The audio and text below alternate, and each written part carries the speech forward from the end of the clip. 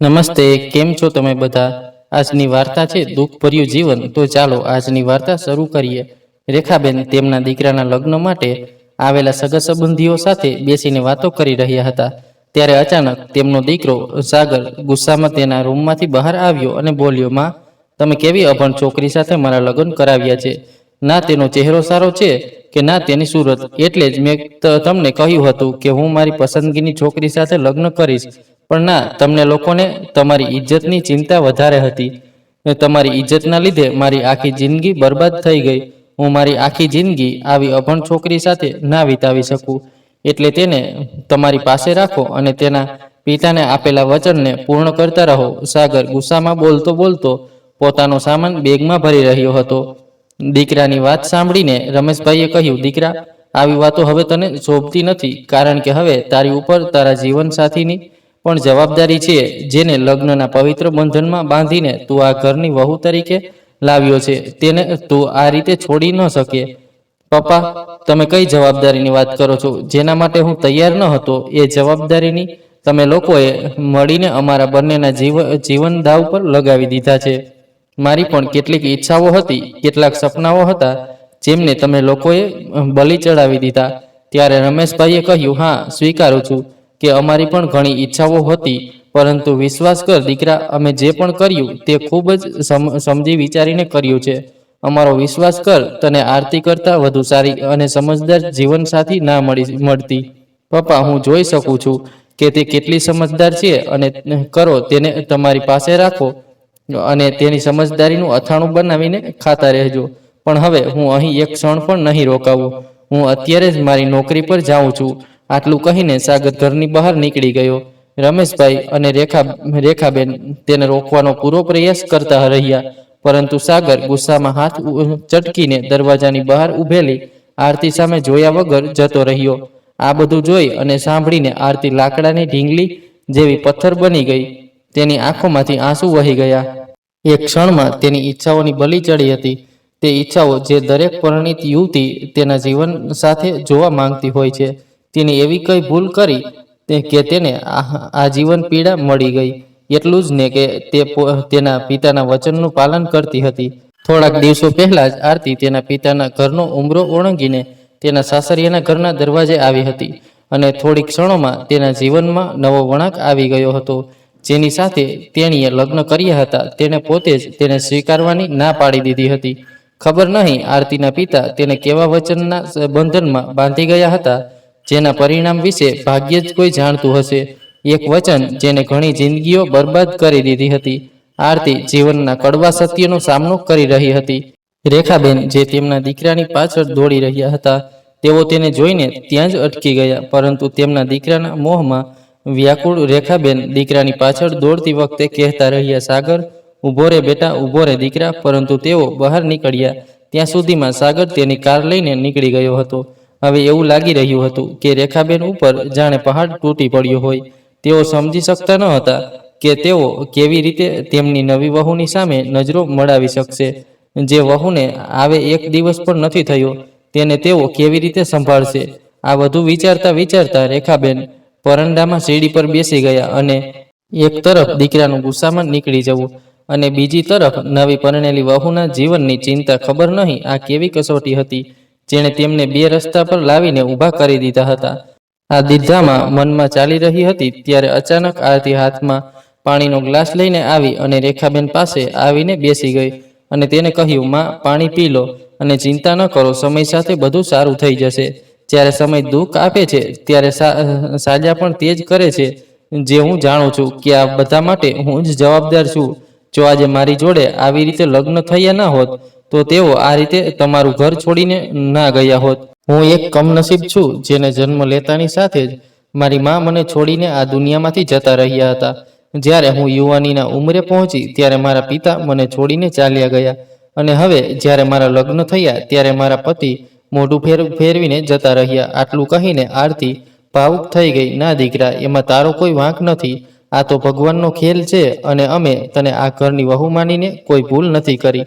રેખાબેન બોલતા હતા ત્યારે રમેશભાઈ ત્યાં આવ્યા અને આરતીના માથા પર હાથ મૂકીને કહ્યું, આરતી દીકરી, હિંમત ન હાર. જે પણ થયું તે તારી ભૂલ નથી. દીકરીએ જે કરવું જોઈએ તે એ જ કર્યું છે. તું વચનથી બંધાયેલી હતી એટલું જ નહીં, અમે પણ બંધાયેલા હતા. દીકરા, હું જ હતો જેણે તારા પિતાને તેમની અંતિમ ક્ષણોમાં વચન આપ્યું હતું કે હું મારા છેલ્લા શ્વાસ સુધી તારી સંભાળ રાખીશ. હું તને મારા ઘરની વહુ બનાવીશ. આ બધું ના તારો દોષ છે કે ના સાગરનો. આ બધી ભૂલ અમારી છે. બાળકોનો અભિપ્રાય જાણ્યા વિના અમે અમારી મિત્રતા ખાતર તમને બંનેને આવા વચનમાં બાંધી દીધા. પણ હું તને વચન આપું છું કે હું સાગર અને તારા સંબંધોને એક સૂત્રમાં બાંધીને જ રહીશ. બસ મારા પર વિશ્વાસ કર દીકરી. તારા આ પિતા તારા જીવનને ચોક્કસ ખુશીઓથી ભરી દેશે. એમ કહીને રમેશભાઈ દુઃખી મન સાથે પોતાના રૂમમાં જતા રહ્યા. રેખાબેન આરતીને પોતાની પાસે બેસાડી અને સમજાવવા લાગ્યા. સમય પોતાની ગતિએ આગળ વધી રહ્યો હતો અને ટૂંક સમયમાં જ આરતી રમેશભાઈ અને રેખાબેનની લાડલી બની ગઈ અને તે પોતાનું અધૂરું જીવન તેના સાસુ અને સસરાના પ્રેમની છબીમાં વિતાવવા લાગી. પરંતુ આ 5 મહિનામાં ન તો સાગર આવ્યો કે ન તો તેના તરફથી કોઈ મેસેજ આવ્યો. પછી એક દિવસ અચાનક સાગરના નામની ફોનની ઘંટડી વાગી.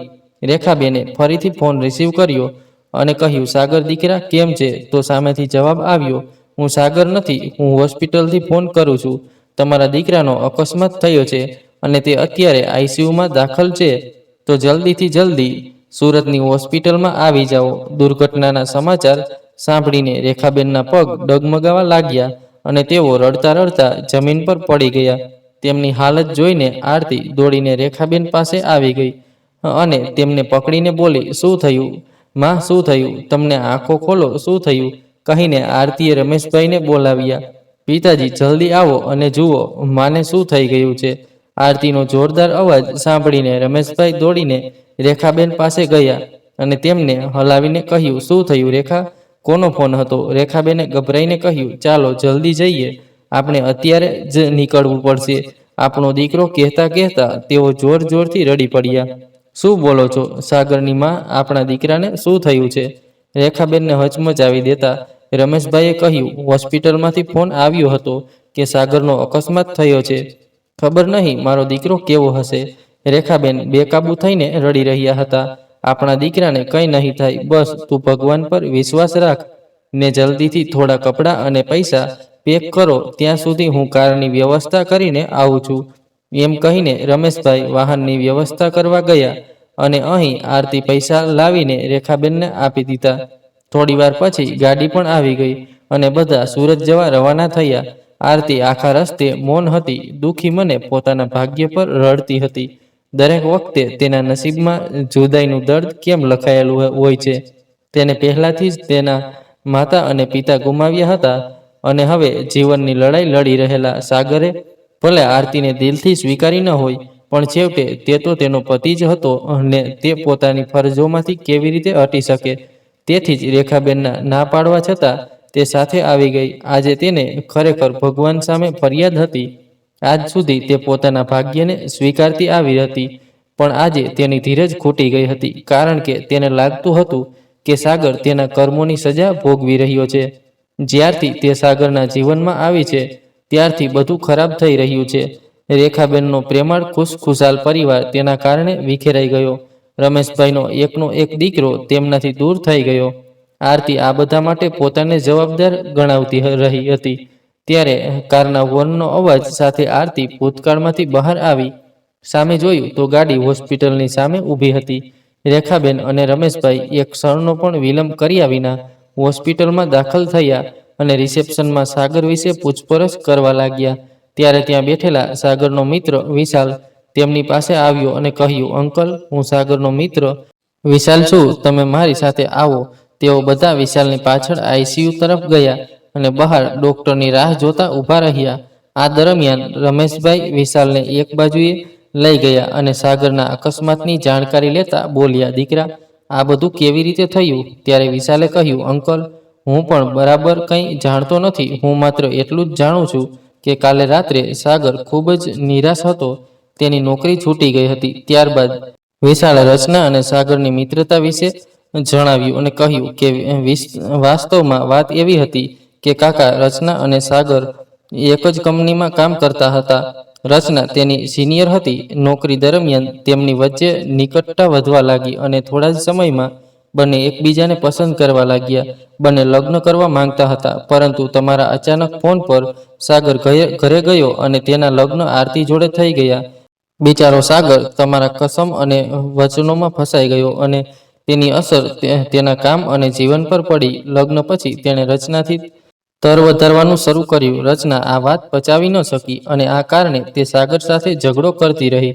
એ લડાઈના કારણે તેને કામ કરવાનું પણ મન થતું ન હતું અને તેના બેવડા જીવનથી છુટકારો મેળવવા માટે ગઈકાલે સાંજે સાગરે રચના અને લગ્નની હકીકત જણાવી હતી, જેના કારણે બંને વચ્ચે ઉગ્ર બોલાચાલી થઈ હતી. રચનાએ બોસને કહીને સાગરને નોકરીમાંથી કઢાવી મૂક્યો. સાગર આ બધું સહન ન કરી શક્યો અને કાલે રાત્રે 1 વાગે નશામાં ક્યાંક બહાર નીકળી ગયો હતો. તે પછી મને કંઈ ખબર નથી અંકલ. મને હમણાં જ સવારે 5 વાગે હોસ્પિટલમાંથી ફોન આવ્યો, તેથી હું ભાગીને અહીં આવી ગયો ને ત્યારથી હું ડૉક્ટરનો બહાર નીકળવાની રાહ જોઈ રહ્યો છું. નર્સ કહી રહી હતી કે ઈજા વધુ ઘણી ગંભીર છે, એટલા માટે છેલ્લા 2-3 કલાકથી તેની સારવાર ચાલી રહી છે. વિશાલના મોઢામાંથી સત્ય જાણ્યા બાદ રમેશભાઈ માથું પકડીને બેસી ગયા. મેં એટલો મોટો ગુનો કેવી રીતે કર્યો? એ ભગવાન, મેં 3 જીવન દાવ પર લગાવી દીધા. કાશ મને સાગર અને રચના વિશે થોડું પણ ખ્યાલ હોત તો મેં ક્યારેય આવું કર્યું ન હોત. પ્રભુ, મારો દીકરો આ બધામાં પીસાઈ ગયો અને તેને પોતાનું જીવન દાવ પર લગાવી દીધું. આજે મારા કારણે મારું બાળક જીવન અને મૃત્યુની લડાઈ લડી રહ્યું છે. આટલું કહેતા રમેશભાઈ જોરથી રડવા લાગ્યા. ત્યારે વિશાલે તેમના ખભા પર હાથ મૂક્યો અને કહ્યું, અંકલ, આ બધું ભગવાનની દેન છે. તે જે ઈચ્છે છે તેમ થાય છે. આપણા હાથમાં કંઈ નથી. આ કર્મોનો ખેલ છે. અંકલ, બધું વિચારશો નહીં. બધું સારું થઈ જશે. બસ ભગવાનને પ્રાર્થના કરો કે આપણો સાથી સાજો થઈ જાય. આટલું કહીને વિશાલ તેમને અંદર લઈ આવ્યો. લગભગ અડધો કલાક પછી ડૉક્ટર આઈસીયુમાંથી બહાર આવ્યા અને કહ્યું, જુઓ, મેં મારાથી બનતા પ્રયત્નો કર્યા છે. હવે ભગવાનની ઈચ્છા દર્દી માટે 72 કલાક ખૂબ જ ક્રિટિકલ છે, તેથી ભગવાનને પ્રાર્થના કરો. અકસ્માત એટલું ભયંકર હતું કે અત્યારે કંઈ પણ કહેવું યોગ્ય નથી. એમ કહીને ડૉક્ટર મહેતાએ રમેશભાઈના ખભા પર હાથ મૂક્યો અને આગળ વધી ગયા. 72 કલાક સુધી આ સાંભળીને રેખાબેનની આંખોમાંથી આંસુ વહેવા લાગ્યા. આરતી ત્યાં ઊભી અંદરથી બેચેન અનુભવી રહી હતી. બધા માટે 72 કલાક પસાર કરવા ખૂબ જ મુશ્કેલ હતા. કોઈ જમતું ન હતું અને યોગ્ય રીતે આરામ પણ નહોતું લેતું. રેખાબેન અને આરતી હોસ્પિટલના મંદિરમાં બેસીને ભગવાનને આજીજી કરવા લાગ્યા. કોઈક રીતે આ 72 કલાક પસાર થઈ ગયા અને તેમની બંનેની તપસ્યાનું ફળ મળ્યું. રાત્રે 11 વાગ્યે સાગરને હોશ આવ્યા. રમેશભાઈ અને રેખાબેન સાગરને મળવા આઈસીયુમાં દોડ્યા અને તેમની પાછળ આરતી પણ ગંભીર પગલાઓ સાથે દાખલ થઈ. માતા અને પિતાને જોઈને સાગરની આંખો આંસુઓથી ભરાઈ ગઈ, પણ જેવી તેની નજર તેની માતાની પાછળ ઊભેલી આરતી પર પડી કે તરત જ તેની નારાજગી અને દ્વેષપૂર્ણ નજરે તેને વીંધી નાખી. તે સારી રીતે જાણતી હતી કે લાગણીઓ અને સંવેદનાઓને કેવી રીતે વાંચવી જોઈએ, કારણ કે ભાગ્યએ તેને આજ સુધી આ જ આપ્યું હતું. તેથી જ તે આઈસીયુમાંથી બહાર આવી અને ભગવાનની સામે ગઈ અને જોરથી રડવા લાગી. લોકોને આવતા જતા જોઈને તેને પોતાની જાત પર કાબૂ રાખ્યો અને પોતાના ભાગ્યની આ લડાઈ લડવા તૈયાર થઈ ગઈ. તે જાણતી હતી કે સંજોગો ગમે તે હોય, પણ સાગર તેને પોતાની આસપાસ ભટકવા પણ નહીં દે. આરતી પણ એક દ્રઢ નિશ્ચય ધરાવતી યુવતી હતી. તે પોતાની ફરજમાંથી પાછળ હટી ન હતી અને પત્ની તરીકેની પોતાની ફરજ નિભાવવામાં કોઈ કસર છોડવા માંગતી ન હતી. તેથી તેણે પોતાના આંસુ લૂછ્યા ને આઈસીયુમાં જતી રહી. થોડા સમય પછી નર્સની સલાહ પર બધા બહાર આવ્યા, કારણ કે સાગરની સ્થિતિ એવી ન હતી કે તેને બધાની વચ્ચે રાખવામાં આવે. તે હજી પણ તેના પીડા અને ઘામાંથી પસાર થઈ રહ્યો હતો. રેખાબેન અને રમેશભાઈ આનાથી ખુશ હતા કે તેમનો દીકરો તેમની નજર સમક્ષ છે. તે સમસ્યાઓથી ઝઝૂમી રહ્યો છે, પરંતુ તે હોશમાં આવી ગયો છે. પતિ પત્ની બંને આ માટે ભગવાનનો આભાર માની રહ્યા હતા. ત્યારે અચાનક નર્સ આવી અને કહ્યું કે ડૉક્ટર મહેતા તમને કેબિનમાં બોલાવે છે. નર્સની વાત સાંભળીને બધા ડૉક્ટર પાસે ગયા, જ્યાં ડૉક્ટર મહેતા સાગરનો રિપોર્ટ ચેક કરી રહ્યા હતા. તેમને કહ્યું, જુઓ, હું તમને કોઈ ભ્રમમાં રાખવા નથી માંગતો, તેથી જ મેં તમને અહીં બોલાવ્યા છે. તમારા પુત્રનો અકસ્માત એટલો ભયંકર હતો કે તેને માથામાં ઘણી ઈજા થઈ હતી, પણ હવે ખતરાની બહાર છે અને એક હાથ અને એક પગમાં ફ્રેક્ચર છે તો તેને સાજા થવામાં ઘણો સમય લાગશે. તેના પર કેટલાક ઓપરેશન કરવામાં આવ્યા છે, તેથી તેને લાંબા સમય સુધી ઉઠાવવામાં અને બેસવામાં મુશ્કેલી થશે. ડોક્ટર મહેતાના કહેવાથી દરેકના ચહેરા પર ગંભીરતા દેખાવા લાગી, પરંતુ તેઓ ભગવાનને પ્રાર્થના કર્યા સિવાય કરી પણ શું શકતા હતા. કોઈ પણ રીતે હોસ્પિટલમાં 1 મહિના પછી ડોક્ટર મહેતાએ તેને ઘરે લઈ જવાની પરવાનગી આપી દીધી. સાગર ઘરે આવી ગયો હતો, પણ તે હજી સંપૂર્ણ સ્વસ્થ થયો ન હતો. તેથી કોઈએ તેની સાથે 24 કલાક રહેવું પડતું હતું, પરંતુ સાગર આરતીને તેની આસપાસ ક્યાંય ભટકવા દેવા નહોતો માંગતો. તેથી સાગરની જીદ અને હાલતની પરિસ્થિતિ જોઈને રેખાબેને તેમના પુત્રની વાતને દિલ પર પથ્થર રાખીને સ્વીકારી લીધી અને આરતીને સમજાવતા તેનાથી દૂર રહેવા કહ્યું અને પોતાના પુત્રની જાતે જ કાળજી લેવાનું શરૂ કર્યું. પરંતુ એક રાતે અચાનક રમેશભાઈની તબિયત લથડી હતી. તેમનું બીપી અને સુગર ખૂબ જ વધી ગયું હતું. કદાચ સાગરની હાલત જોઈને તેઓ ચિંતા કરવા લાગ્યા હતા. આ કારણે અચાનક તેમની તબિયત બગડી ગઈ હતી. એક તરફ પતિ અને બીજી તરફ દીકરાની હાલત જોઈને રેખાબેન ખૂબ જ પરેશાન થઈ ગયા. તેમણે આરતીને કહ્યું કે હું જાણું છું અત્યાર સુધી તારા ઉપર શું નથી વીત્યું, મારા પ્રયત્ન કરવા છતાં પણ તારા જીવનમાં ખુશીની રંગો નથી ભરી શકી. મને માફ કરી દેજે દીકરા, પણ હવે તારી સાથે જે થવાનું છે તે કદાચ વધુ ખરાબ હશે, કારણ કે હવેથી તારે જ સાગરનું ધ્યાન રાખવાનું છે.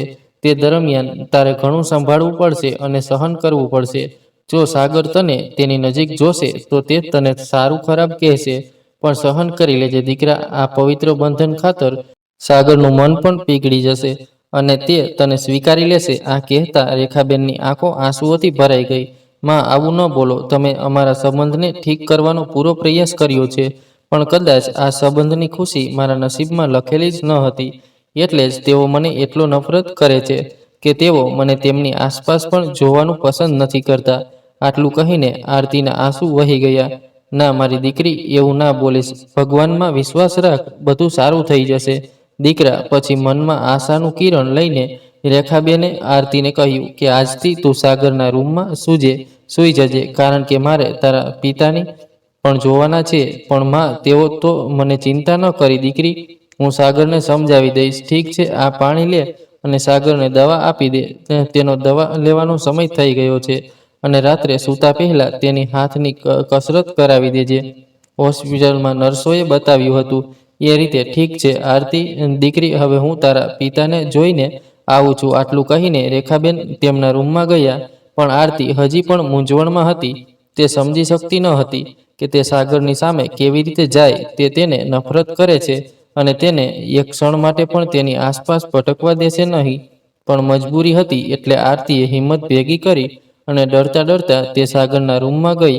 ટેબલ પર દવા અને પાણીનો ગ્લાસ મૂકતા જ ગ્લાસ મૂકવાનો અવાજ સાંભળીને સાગરે કહ્યું, માં, હું ક્યારનો તમારી રાહ જોઈ રહ્યો હતો.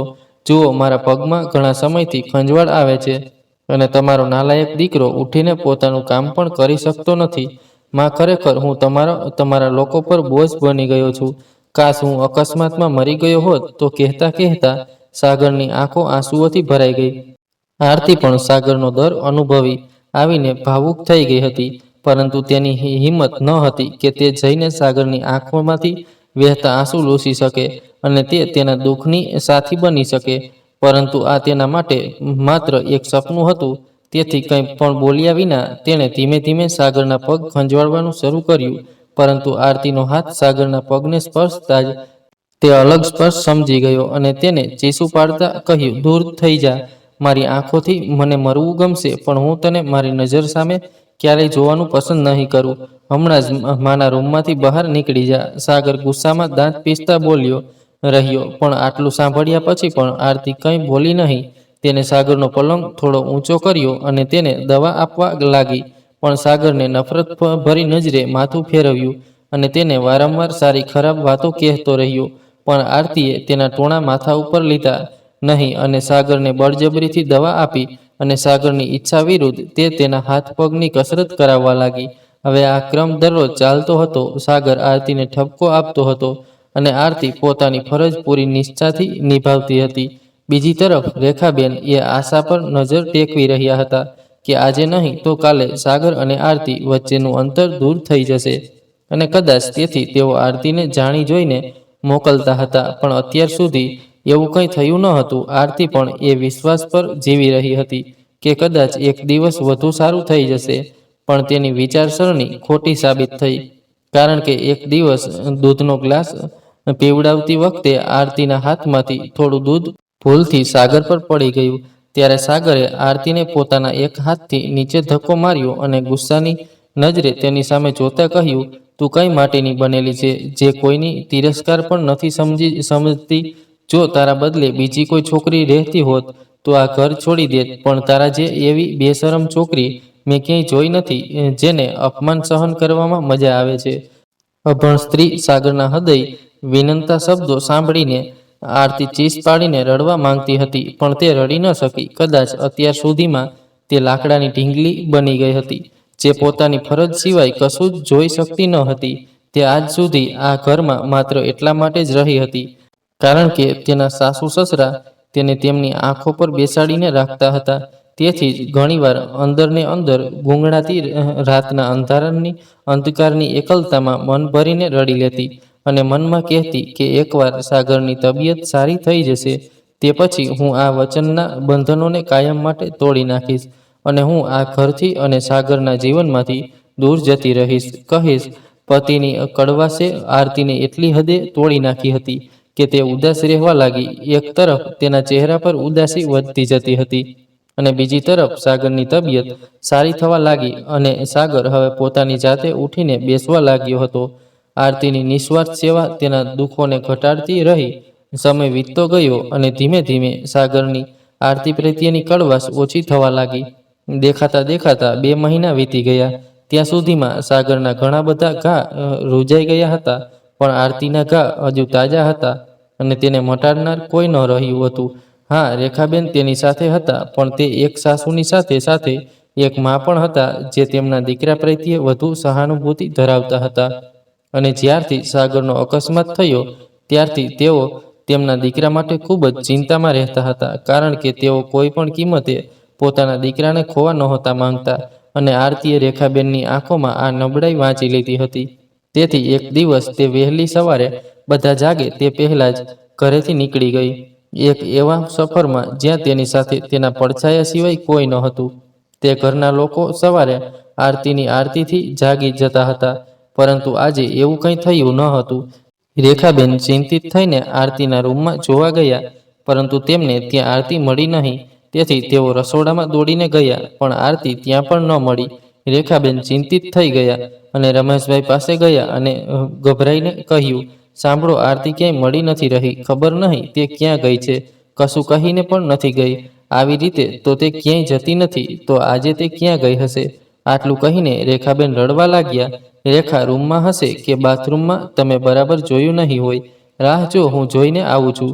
આમ કહીને રમેશભાઈ તેના રૂમમાં ગયા, ત્યારે તેમની નજર ટેબલ પર રાખેલા એક કાગળ પર ગઈ, જેમાં લખ્યું હતું, નમસ્કાર માતા અને પિતા. માં, મેં મારી ફરજ સારી રીતે નિભાવી. હવે હું આ અર્થહીન સંબંધના ભારથી કંટાળી ગઈ છું, તેથી હું આ ઘર છોડીને જઈ રહી છું.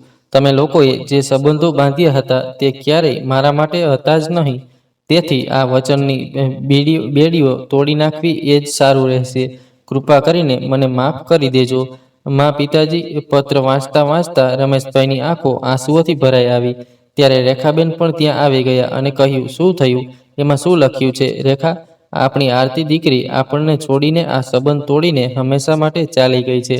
રેખા, આપણે આપણી દીકરીને ખોઈ દીધી. કહેતા કહેતા રમેશભાઈ પોતાનું માથું પકડીને બેસી ગયા. સાગરના પિતાજી, આવી રીતે હિંમત ન હારશો અને પોલીસ સ્ટેશનમાં જઈને આરતીના ગુમ થયાની ફરિયાદ નોંધાવી દો. ખબર નહીં આપણી દીકરી કેવી હશે. હા, ઠીક છે, હું જાઉં છું. આટલું કહીને રમેશભાઈ ઘરની બહાર નીકળી ગયા. પછી રેખાબેન સાગર માટે નાસ્તો બનાવીને તેના રૂમમાં લઈ ગયા, અને બારીનો પડદો હટાવતા તેઓ બોલ્યા, ઉઠ બેટા સાગર, જલ્દી બ્રશ કરીને નાસ્તો કરી લે. હા માં. કંઈ? સાગર ધીમેથી ઊભો થયો અને બોલ્યો, માં, આજે સવારમાં તમે અને તમારી આટલું બોલીને તે ચૂપ થઈ ગયો. પણ રેખાબેન સમજી ગયા કે સાગર આરતી વિશે વાત કરી રહ્યો હતો. આથી તેને ખુરશી પર બેસાડીને તેમને કહ્યું, દીકરા, તે હવે ક્યારે તારા રૂમમાં નહીં આવે, કારણ કે તે આ ઘરને કાયમ માટે છોડીને જતી રહી છે અને તે કોના માટે અહીંયા રોકાતી. આટલું કહીને રેખાબેન ચૂપ થઈ ગયા. તેની માની વાત સાંભળ્યા પછી આજે પહેલીવાર તેને આરતીની ગેરહાજરીનો અહેસાસ થઈ રહ્યો હતો. પરંતુ તેમ છતાં તેમાં મનની વાત ન સાંભળતા સાગરે રેખાબેનને કહ્યું, સારું થયું માં, જે જતી રહી. આખરે આપણા બધાને તેનાથી છુટકારો મળ્યો. સારું, જવા દો માં, મને જલ્દી નાસ્તો આપો.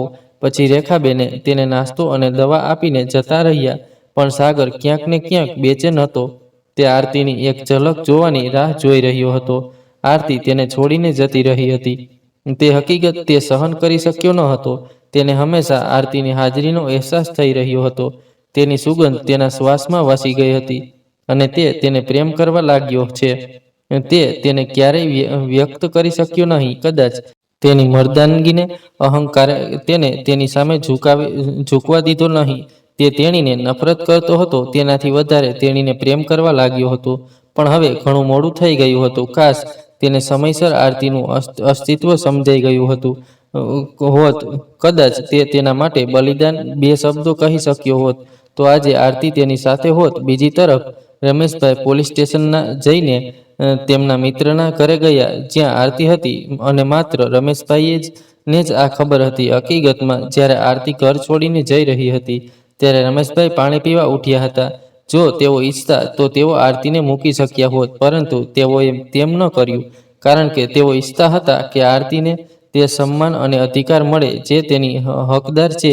તેથી જ તેમણે તેમના મિત્ર ભરતભાઈને ફોન કર્યો અને આરતીના જવાની જાણ કરી, જેથી તેઓ આરતીને લઈ જઈ શકે અને તેને થોડા દિવસો માટે તેમના ઘરે રાખી શકે. ત્યાં સુધી રમેશભાઈ આરતી માટે થોડી સારી વ્યવસ્થા કરી લે, કારણ કે તેઓ ઈચ્છતા ન હતા કે આરતી આ ઘરમાં ગૂંગળાપણ ભરી જિંદગી જીવે. ઘણી વખત તેમને સાગરના રૂમમાંથી આરતી માટે હૃદયને ભેદક એવા શબ્દો સાંભળ્યા હતા જેને તેમને અંદર સુધી હચમચાવી નાખ્યા હતા. તેઓ ઘણી વખત રડી પડ્યા હતા તે છોકરી માટે જે તેના મિત્રના વચનનો ભાગ બની હતી. તેમાં તેમનો પણ વાંક ન હતો. તેમના મરતા મિત્રને આશ્વાસન આપ્યું હતું કે આરતી એકલી નથી, અમે તેની સાથે છીએ. પરંતુ આજે તેઓ ખોટા સાબિત થયા હતા. 3 જિંદગી બરબાદ કરીને તેઓ પોતાની નજરમાં પડી ગયા હતા. તેથી સાગરને કંઈ કહેવાની હિંમત કે સંજોગો જ ન હતા. તેમણે પોતાના દીકરા સાથે પણ અન્યાય કર્યો હતો, તેથી તેઓએ કંઈ પણ કહેવાનો અધિકાર ગુમાવી દીધો હતો. પરંતુ આજ સુધી કરેલી ભૂલને સુધારવાની આ સારી તક હતી, કારણ કે તેઓ જાણતા હતા કે સાગર ક્યાંક ને ક્યાંક આ બંધનમાં બંધાયેલો છે. તેથી જ તે પોતાની મિત્ર રચનાથી દૂર રહેવા સફળ રહ્યો. આ બધું વિચારતા રમેશભાઈ તેમના મિત્ર ભરતભાઈના ઘરે પહોંચી ગયા અને આરતી સામે જોઈને તેમને હાથ જોડીને કહ્યું, આરતી દીકરા, મને માફ કરી દે. હું હારી ગયો છું. તારો હક આપવા હું તારા માટે કંઈ ન કરી શક્યો. આવું ન બોલો પિતાજી, મહેરબાની કરીને મને મુક્ત કરી દો આ બેડીઓથી. મારે હવે અહીંયા નથી રહેવું. કાકાને કહીને તમે મને અહીંયા કેમ રોકી? પ્લીઝ પિતાજી, હું તમને હાથ જોડીને વિનંતી કરું છું. મારે તમારા બધાની વચ્ચે નથી આવવું. એટલું કહીને આરતી બેકાબૂ થઈને રડવા લાગી.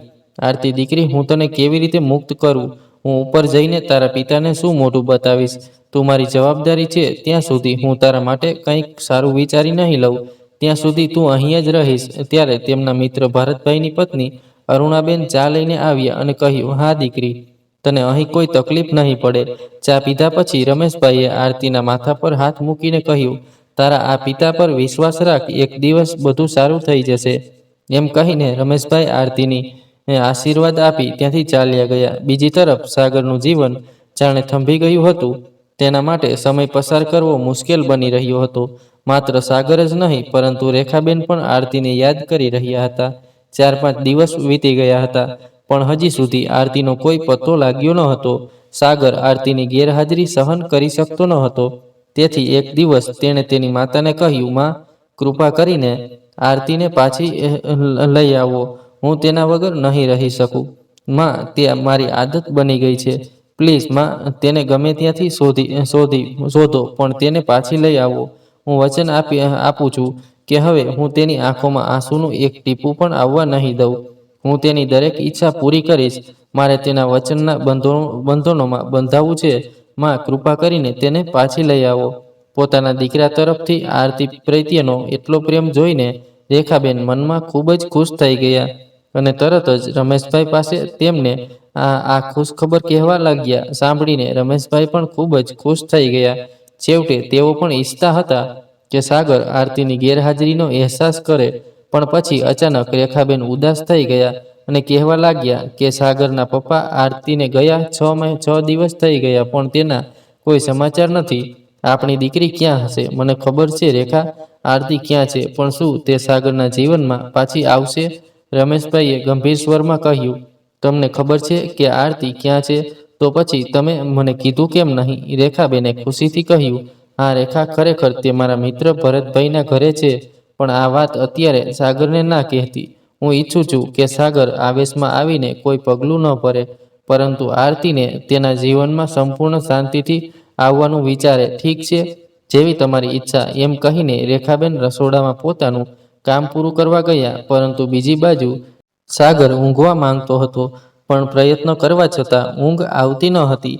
તેની આંખો સામે આરતીની છબી ફરી રહી હતી. કદાચ તે એટલી સારી હતી કે તેની ભલાઈ સાગર ઉપર હાવી થઈ ગઈ હતી.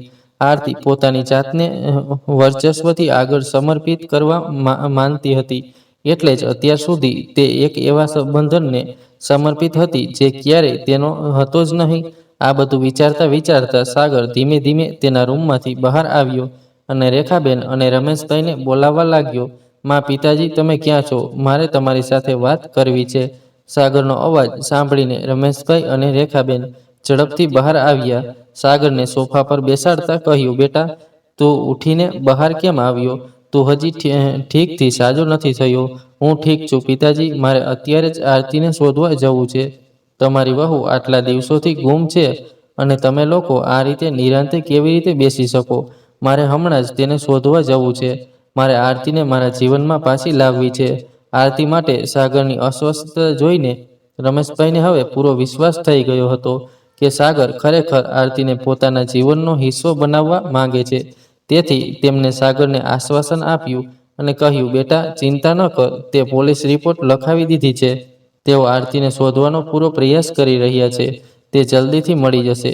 કહીને રમેશભાઈએ રેખાબેનને કહ્યું કે તમે સાગરને અંદર લઈ જાઓ, હું આરતીને શોધવા જાઉં છું. એમ કહીને રમેશભાઈ આરતીને મળવા ભરતભાઈના ઘર તરફ રવાના થયા. પહોંચ્યા તો આરતીએ ગભરાઈને પૂછ્યું કે શું થયું પિતાજી? તમે આટલી મોડી રાત્રે કેમ આવ્યા? બધું ઠીક છે ને? હા દીકરી, બધું બરાબર છે. હું હમણાં જ તને ઘરે લઈ જવા આવ્યો છું. ચાલ દીકરા, ચાલ હવે ઘરે પાછા. બધા તારી રાહ જોઈ રહ્યા છે. સાગર તને બહુ પ્રેમ કરે છે. તે તારા વિના મરી જશે. ના પિતાજી, હવે હું પાછી નહીં જાઉં. હું કયા સંબંધથી ત્યાં જ આવું? દીકરીનો સંબંધ કે વહુનો સંબંધ? આ સંબંધોના ભારથી હું કંટાળી ગઈ છું. પિતાજી, મારે હવે અપમાનિત નથી થવું. આટલું કહીને આરતી રડવા લાગી. આરતી, રડીશ નહીં દીકરી. તો છેલ્લા 6 મહિનાથી રડે છે. હવે તારા જીવનમાં ખુશીના દિવસો આવી ગયા છે. સાગરની આંખોમાં તારી માટે ચિંતા જોઈ છે. તું મારા પર વિશ્વાસ રાખ. હવે તે તને ક્યારેય દુખી નહીં કરે. હવે તારા ઘરે પાછી ચાલ દીકરા. આટલું કહીને રમેશભાઈ ભાવુક થઈ ગયા. તો આરતી પિતાજી કહીને તેમને વળગીને રડવા લાગી. જેમ વિદાય વખતે એક દીકરી પોતાના પિતાને ગળે લગાડીને રડે છે, તેમ આજે જોવામાં આવે તો રમેશભાઈએ પણ દીકરીના પિતા તરીકેની ફરજ નિભાવી હતી. તો આરતી રમેશભાઈ સાથે સાસરે જવા તૈયાર થઈ ગઈ હતી. જ્યારે તે તેના સાસરે પહોંચી તો રેખાબેન તેની રાહ જોઈ રહ્યા હતા. આરતીને જોઈને તેઓ એવી રીતે રડ્યા જેમ લગ્ન પછી દીકરી તેની માતાને પહેલીવાર મળે છે.